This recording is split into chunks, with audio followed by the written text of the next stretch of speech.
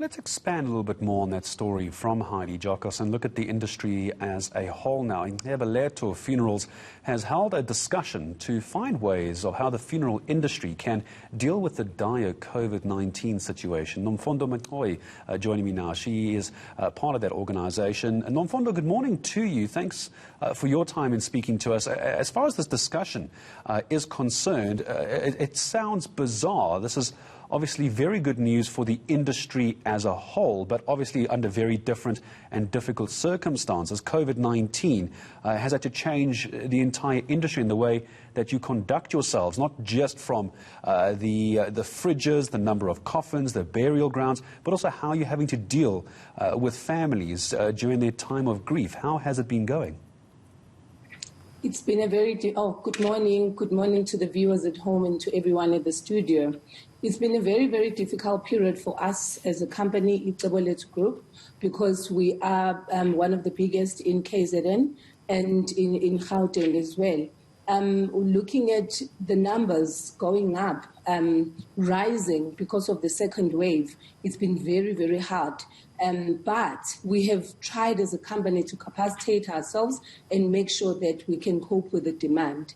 Yes, it's been very, very difficult dealing with families because they have different expectations, especially because they're not aware that things have changed. They think it's still business as usual. And right now, it's business unusual. That is why yesterday, as Icebolethu Funerals, we held that panel session where we were raising awareness within our clients that at the moment we are faced with a pandemic, trying to teach them, trying to communicate with them so that they know where we are as an industry, as a company, and we are still there to service them, and we still have enough capacity to service them. So it's just a matter of giving them assurance as well. I mean, I'm taking a look at your Facebook page, Nomfundo, over 60,000 followers on your Facebook page, so obviously very active with those in your industry and your communities. The panel discussion you had addressing frequently asked questions, I see as well. What's the one question that you were asked repeatedly yesterday on this panel? People were worried that they cannot view bodies before they view their loved ones. We gave them assurance that in our mortuaries, we do allow families, one member of the family dressed in PPE in our viewing rooms to view the body. And then after that, we sanitize the room, coffin the person, close the casket. When they go home, we don't advise them to open the casket because that will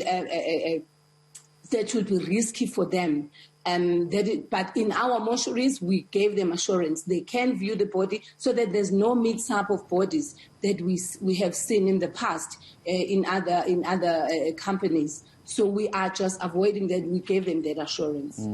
And I can't help but ask the question, and it's such a bizarre question to be asking, but at a time like this, funeral companies such as yourself, Icebolethu, you're having to expand, aren't you? I mean, you simply cannot keep up with the demand. And this is not about making money. Of course it's not. You're offering a service that is simply over and beyond what you ordinarily would do. And you're now having to expand to ensure that everyone is still given the dignity and the proper send-off that they deserve.